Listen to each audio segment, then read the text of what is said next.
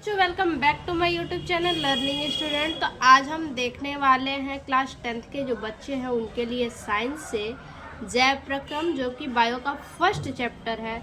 और जैव प्रक्रम में हम पढ़ेंगे यकृत और अग्नाशय। ये हमारा जो है कि पाचन का दूसरा पार्ट है। ठीक है, पाचन का हमारा दूसरा पार्ट है। तो चलिए देखते हैं लीवर यानी यकृत क्या है। देखिए, यह मानव शरीर की सबसे बड़ी ग्रंथि है। ठीक है, लीवर क्या है?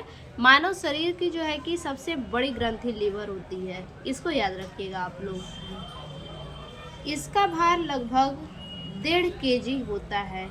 और लीवर का भार कितना होता है? तो 1.5 किलो का होता है। ठीक है, यह उधर गुहा में डायफ्राम के नीचे तथा अमाशय के ऊपर स्थित होता है। देखिए, डायफ्राम के नीचे और अमाशय के ऊपर, यानी दोनों के बीच में जो है कि लीवर स्थित होता है।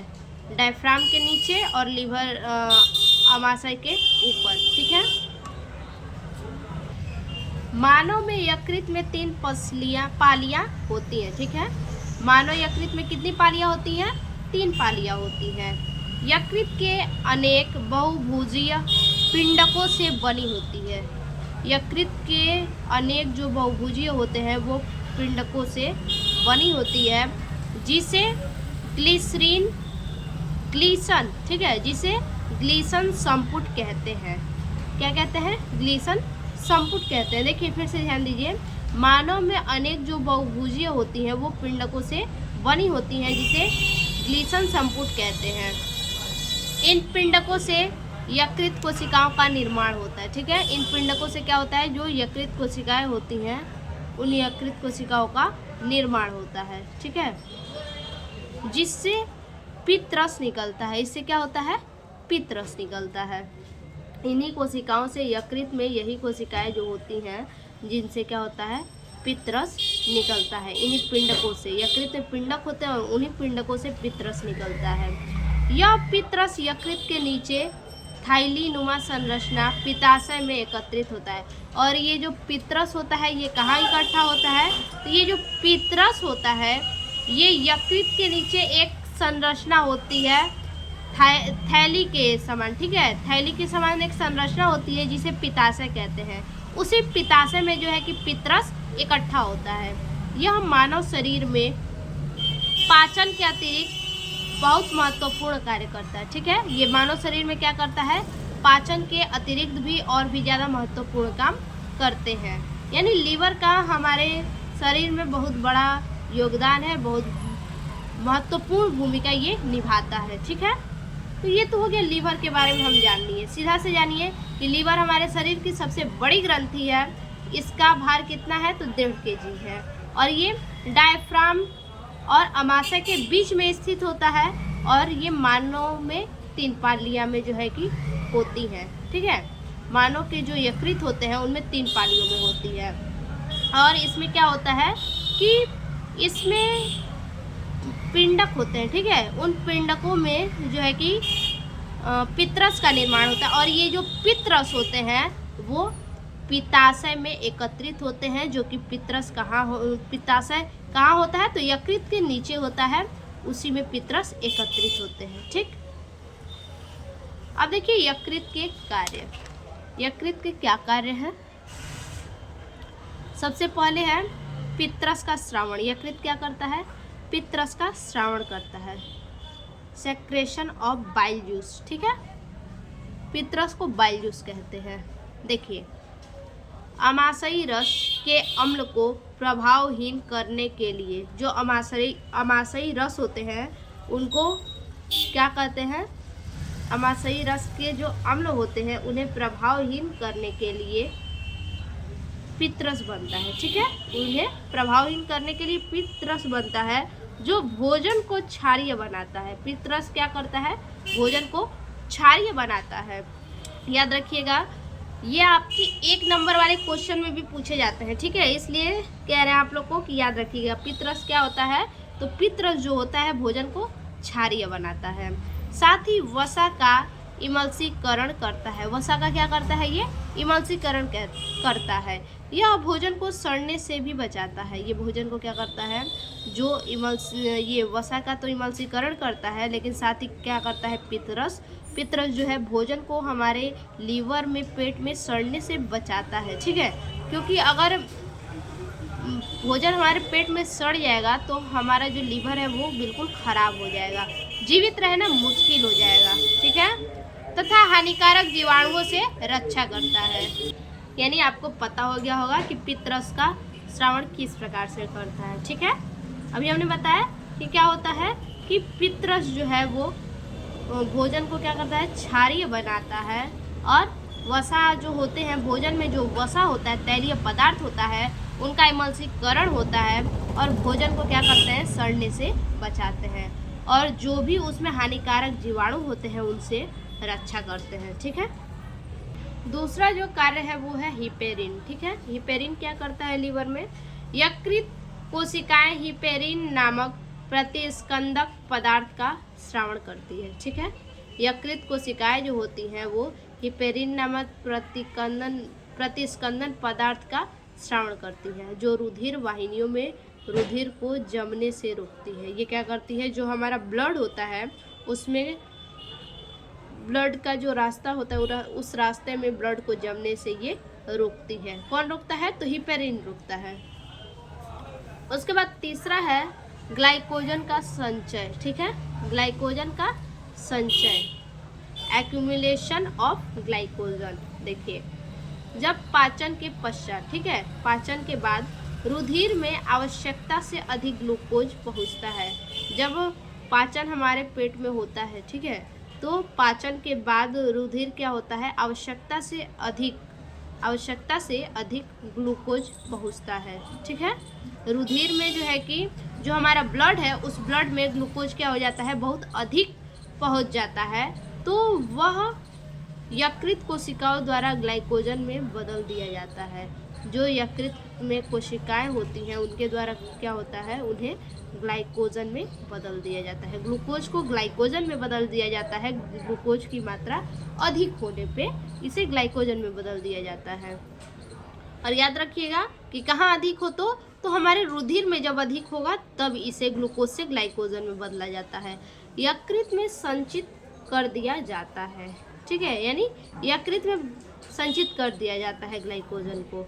ठीक, तो ग्लाइकोजन का संचय बस यही है। उसके बाद है अगला हमारा वसा संश्लेषण। अब वसा संश्लेषण क्या है? Fat synthesis. ठीक है, देखिए,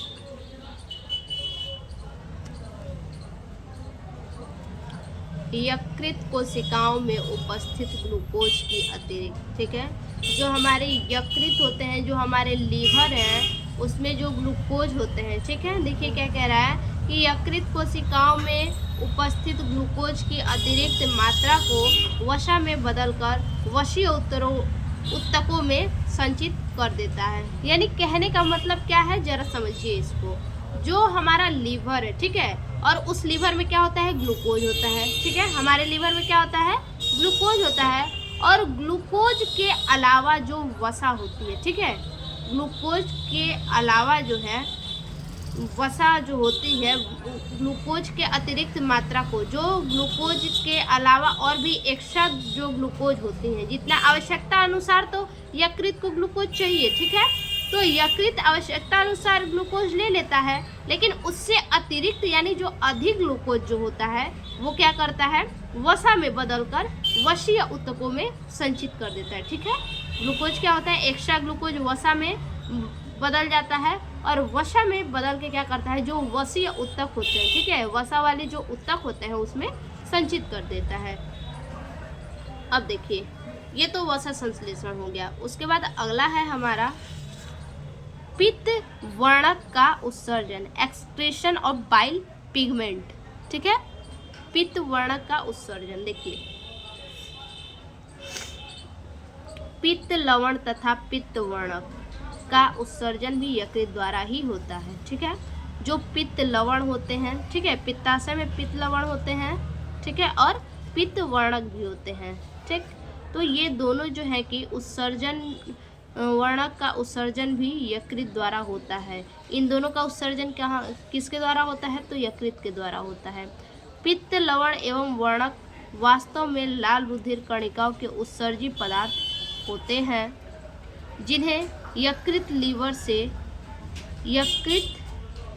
छानकर, ठीक है, जिन्हें यकृत से छानकर उत्सर्जी पदार्थों के साथ मानव के शरीर में बाहर निकलने में महत्वपूर्ण भूमिका निभाता है। यानी अब इसे समझिए, कहने का मतलब क्या है? कहने का मतलब है कि पित्त, लवण और पित्त वर्णक जो है ये दोनों का उत्सर्जन यकृत के द्वारा ही होता है, ठीक है। और पित्त, लवण और पित्त वर्णक जो है और इन दोनों का लाल रुधिर कणिका के उत्सर्जन पदार्थ होते हैं, ठीक है। ये क्या होते हैं? ये दोनों, इन दोनों में लाल रुधिर कणिकाएं होती हैं। लाल रुधिर कणिकाओं का क्या होता है? उत्सर्जी पदार्थ होते हैं ये, ठीक है। ये दोनों जो ब्लड होते हैं उनके ये दोनों उत्सर्जी पदार्थ होते हैं। और यकृत से छानकर इन्हें क्या किया जाता है? यकृत से छान करके उत्सर्जी पदार्थ के साथ यकृत से इन्हें छान लिया जाता है। छानने के बाद इन दोनों को उत्सर्जी जो पदार्थ होते हैं उन पदार्थों के साथ मानव के शरीर में बाहर निकलने में महत्वपूर्ण भूमिका निभाता है, ठीक है।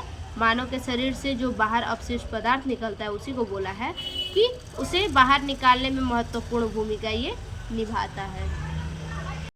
अब देखिए अगला कार्य जो है वो क्या है? यूरिया का संश्लेषण, ठीक है, सिंथेसिस ऑफ यूरिया। यकृत में यूरिया का संश्लेषण एवं विषैले पदार्थों को कम हानिकारक बनाने का कार्य करता है। यूरिया का संश्लेषण ये क्या कार्य करता है? तो यकृत में जो यूरिया का संश्लेषण होता है और जो विषैला पदार्थ होता है उनको कम हानिकारक बनाने का कार्य करता है, ठीक है। उसके बाद है रुधिर का थक्का बनना, क्लोटिंग ऑफ ब्लड, ठीक है। जो शुगर वालों का अक्सर आप देखेंगे कि वो लोग बचा के रहते हैं, नहीं तो कट फट जाएगा तो उनका ब्लड नहीं जमता है, ठीक है। तो उसी को बोला है कि रुधिर का थक्का बनना यानी जम जाना, ठीक है। तो शुगर वाले जो पेशेंट हैं उन्हें बचा करके रखना चाहिए, क्योंकि कट फट जाएंगे तो उनके ब्लड नहीं रुकेंगे, वहाँ पे घाव बन जाएगा और अंत में उनकी मृत्यु हो जाती है। यकृत कोशिकाएं प्रोथ्रोम्बिन तथा फाइब्रिनोजन रुधिर का संश्लेषण करती हैं। जो हमारे लीवर में जो सेल्स है, जो कोशिकाएं हैं, वो कोशिका का क्या कार्य है? प्रोथ्रोम्बिन और फाइब्रिनोजन रुधिर का संश्लेषण करना उनका कार्य है, ठीक है। वो क्या करती हैं? इन दोनों का संश्लेषण करती हैं, जो चोट लगने पर रुधिर का थक्का बनाने का कार्य करता है। कौन थक्का बनाने का कार्य करता है? प्रोथ्रोम्बिन और फाइब्रिनोजन। ये दोनों के दोनों चोट लगने पर थक्का बनाने के कार्य करते हैं, जो कि शुगर के पेशेंट में ये चीज़ नहीं होता है, बिल्कुल कम मात्रा में होता है। इसीलिए उनका जो ब्लड होता है कट फट जाने के बाद थक्का नहीं बन पाता है, बिल्कुल उनका ब्लड पतला हो जाता है, ठीक। तो ये हमारा हो गया जो है कि लीवर के बारे में हम जान लिए क्या क्या उनके कार्य है, ठीक है। अब इसके बाद हम जानेंगे अग्नाशय के बारे में कि अग्नाशय क्या है, क्या कार्य है, ठीक है। बारी बारी से सबका जानेंगे। तो चलिए जानते हैं अग्नाशय के बारे में। देखिए यह यकृत के बाद दूसरी सबसे बड़ी ग्रंथि है। देखिए हमारे शरीर का सबसे बड़ा ग्रंथि जो है वो क्या है? यकृत है। और उसके बाद दूसरे नंबर पे जो सबसे बड़ी ग्रंथि आती है यकृत के बाद वो है अग्नाशय, ठीक है। वही बोला है, यह यकृत के बाद दूसरी सबसे बड़ी ग्रंथि है। यह लगभग 12 से 15 सेंटीमीटर लंबी, अग्नाशय कितना लंबा होता है? तो 12 से 15 सेंटीमीटर लंबा होता है और यू आकार का होता है, ठीक है। किस आकार का होता है? तो यू आकार का होता है। यह उदर गुहा में अमाशय तथा शेषांत्र के बीच स्थित होता है, ठीक है। ये कहाँ स्थित होता है? तो ये उदर गुहा में अमाशय और शेषांत्र के बीच स्थित होता है। आगे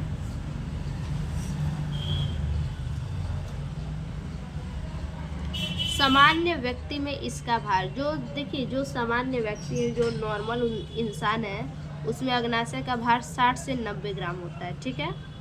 यानी 100 ग्राम के आसपास, 100 ग्राम से कभी यह एक मिश्रित ग्रंथि होती है। ठीक है, जो अग्नाशय होती है ये एक मिश्रित ग्रंथि होती है, यानी मिलकर के बनी होती है। ये छोटे छोटे पिंडकों से बनी संरचना है। ठीक है, अभी हमने बताया कि ये मिलके बनी होती है छोटे छोटे पिंडकों से, जिनकी कोशिकाएं घनाकार तथा स्रावी होते हैं। और इनकी कोशिकाएं कैसी होती हैं? अग्नाशय की जो कोशिकाएं होती है वो कैसी होती हैं? तो घनाकार और स्रावी होती है इनकी कोशिकाएं। पिंडकों के मध्य लैंगरहैंस की द्वीपिकाएं होती है। जो पिंडक होते हैं उनके बीच में क्या होता है? लैंगरहैंस की द्वीपिकाएं होती हैं, जो कि अग्नाशय का अंतःस्रावी भाग कहलाती है। ठीक है, अग्नाशय का क्या कहलाती है? अंतःस्रावी भाग कहलाती है। अतः स्रावी भाग हार्मोन्स का स्रावण करती है। स्रावी भाग क्या करती है? हार्मोन्स का स्रावण करती है। ठीक है, यानी सीधा से समझिए, बता दे रहे हैं, एक बार समझ लीजिए इसको। मैंने तो पढ़ के बता दिया, एक बार समझ भी लीजिए कि अग्नाशय क्या है। देखिए, अग्नाशय जो है कि यकृत के बाद दूसरी सबसे बड़ी ग्रंथि है। ठीक है, और ये लगभग 12 से 15 सेंटीमीटर लंबी होती है और इसका आकार यू होता है। और ये कहाँ स्थित होती है?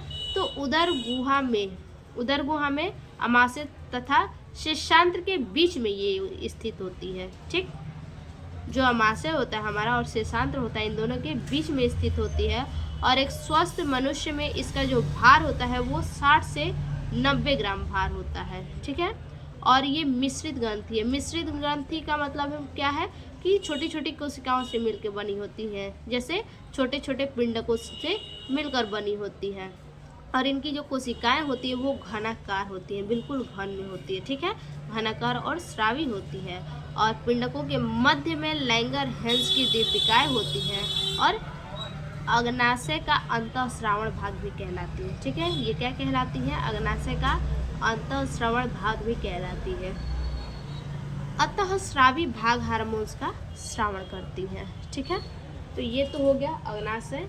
अब इस अग्नाशय के कार्य कौन कौन से हैं, कितने कार्य हैं, देख लेते हैं। देखिए, अग्नाशय के कार्य, फंक्शन ऑफ पेनक्रियाज। ठीक है, पहला है हार्मोन्स का श्रावण। ये किस प्रकार से हार्मोन्स का श्रावण करती हैं?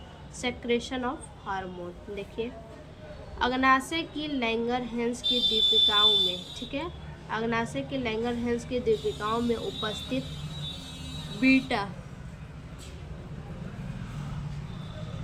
कोशिकाओं से इंसुलिन तथा अल्फा से ग्लूकेगॉन नामक हार्मोन्स का स्रावण होता है। ठीक है, फिर से जो अग्नाशय होता है, तो अग्नाशय की लैंगरहैंस की दीपिकाओं में बीटा उपस्थित होता है। ठीक है, बीटा कोशिकाओं से इंसुलिन तथा अल्फा कोशिकाओं से ग्लूकेगॉन नामक हार्मोन स्रावण होता है। ठीक है, लैंगरहैंस की दीपिकाओं में क्या उपस्थित होता है? बीटा, अल्फा और बीटा। अल्फा से इंसुलिन और बीटा से जो है कि ग्लूकेगॉन हार्मोन्स स्रावण होते हैं। ये हार्मोन्स कार्बोहाइड्रेट्स के उपापचय का नियंत्रण तथा नियमन करता है। ये हार्मोन्स क्या करता है? तो ये हार्मोन्स जो है वो कार्बोहाइड्रेट के उपापचय का नियंत्रण करता है और नियमन करता है। ठीक है, तो ये हमारा हो गया ए नंबर, अग्नाशय का कार्य, हार्मोन्स का स्रावण किस प्रकार से होता है। ठीक है, अब देखिए इसके बाद बी नंबर हमारा है एमाइलेज और एमाइलोप्सिन। एमाइलेज और एमाइलोप्सिन, देखिए यह कार्बोहाइड्रेट के उस भाग को शर्करा में बदलता है जो मुख गुहिका के लार के प्रभाव से बच जाता है। एमाइलेज और एमाइलोप्सिन क्या करता है? कार्बोहाइड्रेट में एक भाग होता है, ठीक है, ऐसा भाग होता है जिसमें जिसको क्या करता है? शर्करा में बदल देता है। ठीक है, यह कार्बोहाइड्रेट के उस भाग को शर्करा में बदलता है।